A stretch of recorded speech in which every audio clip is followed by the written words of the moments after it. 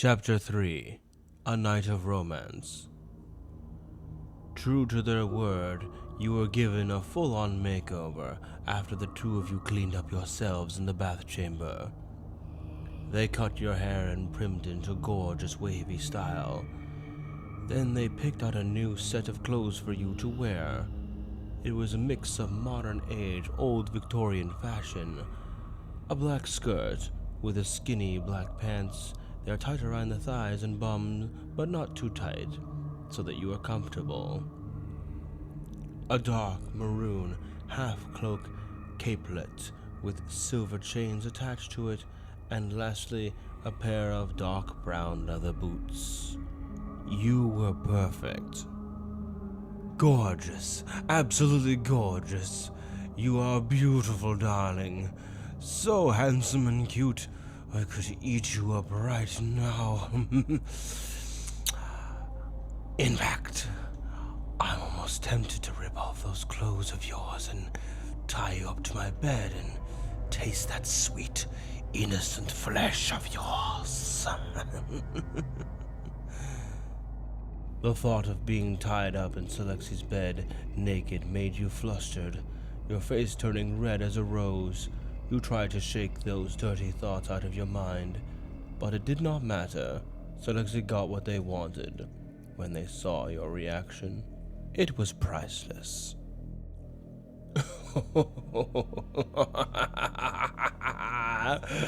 Oh, look at you, all flustered. How adorable. Curious. You know, it's almost as if you want me to be your first. Not just to claim you as mine, but to teach you the true passion of love and pleasure and lust. After all, I said it myself, that first-hand experience is the best teacher. And what better way to write that great lewd book scene of yours but to learn from a master?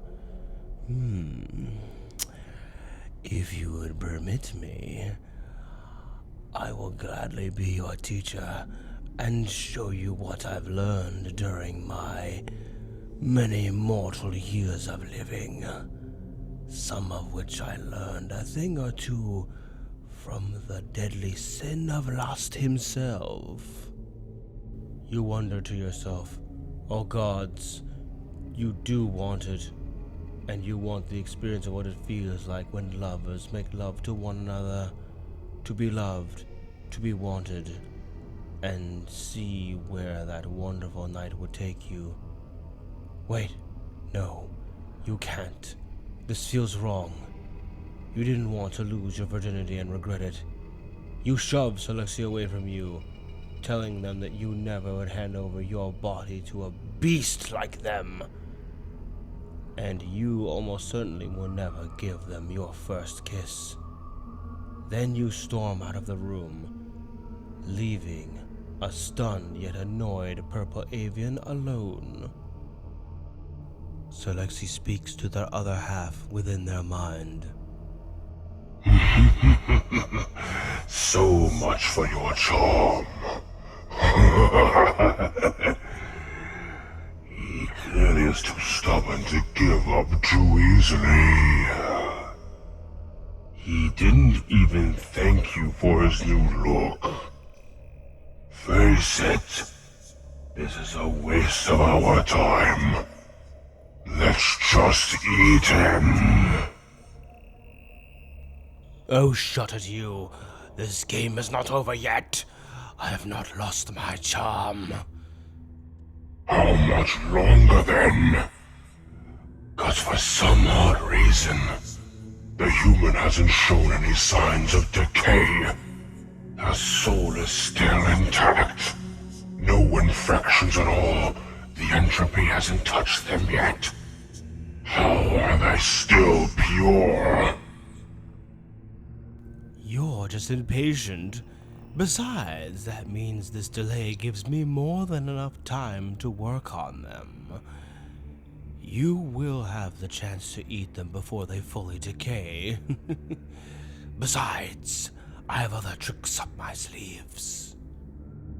Oh, really? And just what do you have planned for them? What's cooking in that little brain of yours? You heard what he said.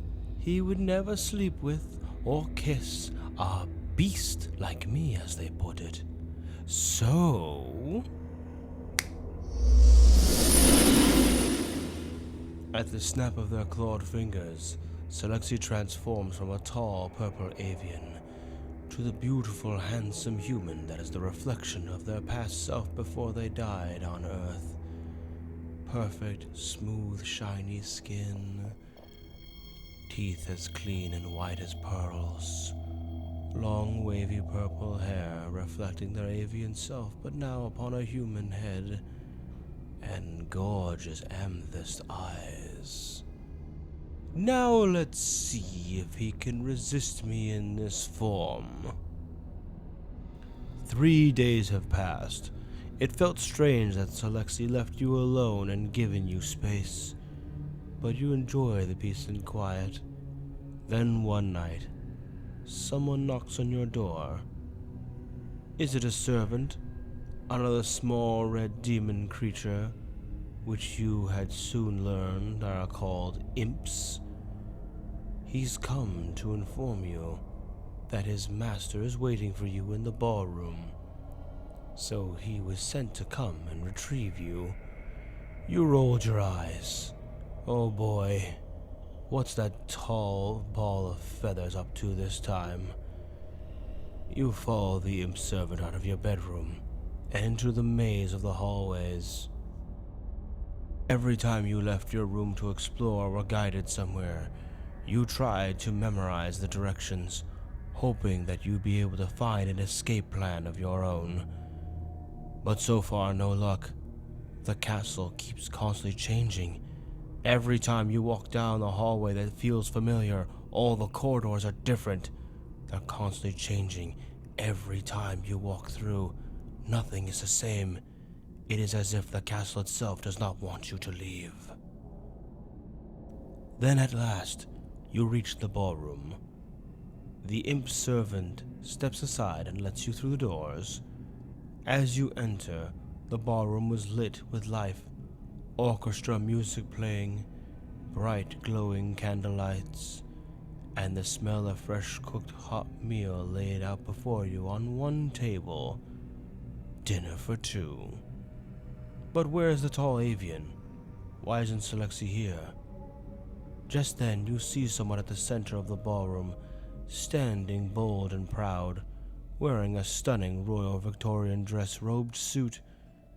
As the person turns to face you, you were love-struck by their magnificent beauty. They felt familiar to Salexi, but very different.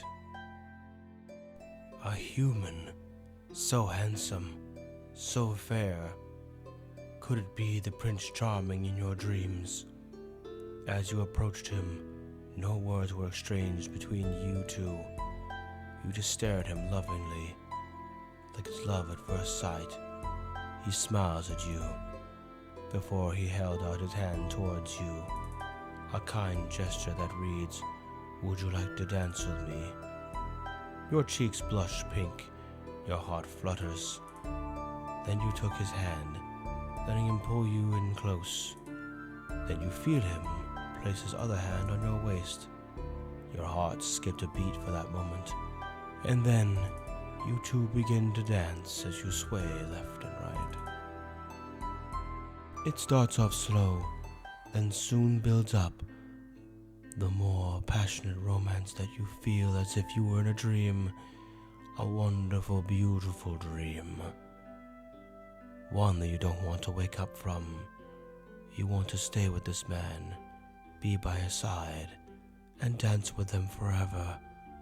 And it was so intense because you fell for him, but you didn't even ask their name. You didn't even speak to them. It felt natural. 4 hours later, the night draws to a close. The romantic date was over. You had a wonderful time dancing, enjoyed the meal, and loved spending every single moment with this dreamy, sweet man. Soon, he walks you to your bedroom and was going to leave you alone to enjoy a restful evening as they slowly walk away out the door. Wait. No. You don't want him to leave. You don't want to return to the awful nightmare of tomorrow. You want this wonderful dream to continue. You want him to stay with you. You want to be wrapped in their embrace and never let go. You beg them to stay with you, at least until you fall asleep, and to be there for you to see this beautiful face in the morning. At that moment, they smile at you. They place their hand on your cheek.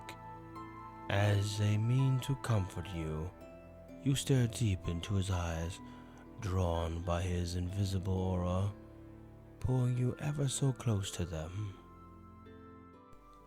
And then you both lean in and share a kiss. Their lips were so warm and sweet. You were in heaven. Such a sweet dream come true to finally have your first kiss. Just then, as you pull away from the kiss, suddenly you feel your hormones flare up, your heart beating, your chest, and then sudden urge to kiss this beautiful man. Except this time, you didn't just want to kiss him, you wanted something more. You capture his lips with yours, wrapping your arms around their neck. Soon the two of you were making out, your tongues dancing as one. Your prince soon lifts you up, your legs hooked to their waist as he carries you to the bed. He lays you gently on your back, then towers over you before leaning in and kissing you again. The heat of passion grew more and more. Soon your prince left your lips and starts leaving trails of kisses all the way down your neck, making you gasp and moan. You didn't want this to end. You want him.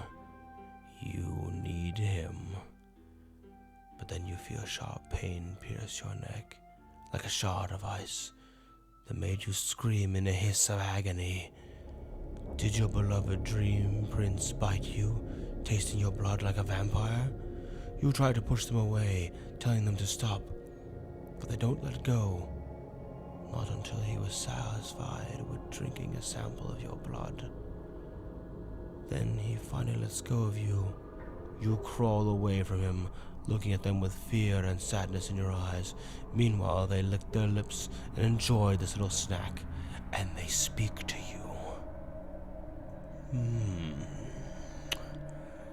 Your blood tastes so delicious, my dear listener. I've tasted human blood before, but yours is oh so much sweeter, so radiant with life, makes me want more of you. But I won't claim you, not tonight. I want to savor you before you reach your end, especially since I've inflicted you with my cursed touch. That voice, that familiar voice. A chill ran down your spine as you recognized it all too well. It was them. It was Salexi. Just then, the dreamy prince unveils their disguise and transforms back into their original form.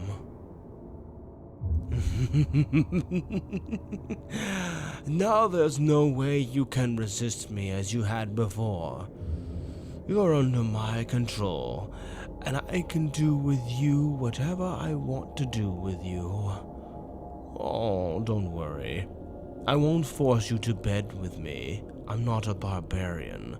I will not take advantage of your body like that. I will let you come to me, willingly. After all, we made a deal. You haven't said, I love you yet. Let us see how much longer your strong will last you. before my curse shatters it. Before you are going to shout at them for tricking you in such a cruel way, Salexi leaned forward and gently kissed the bite mark on your neck, magically healing it and transforming it into their signature, their dark mark.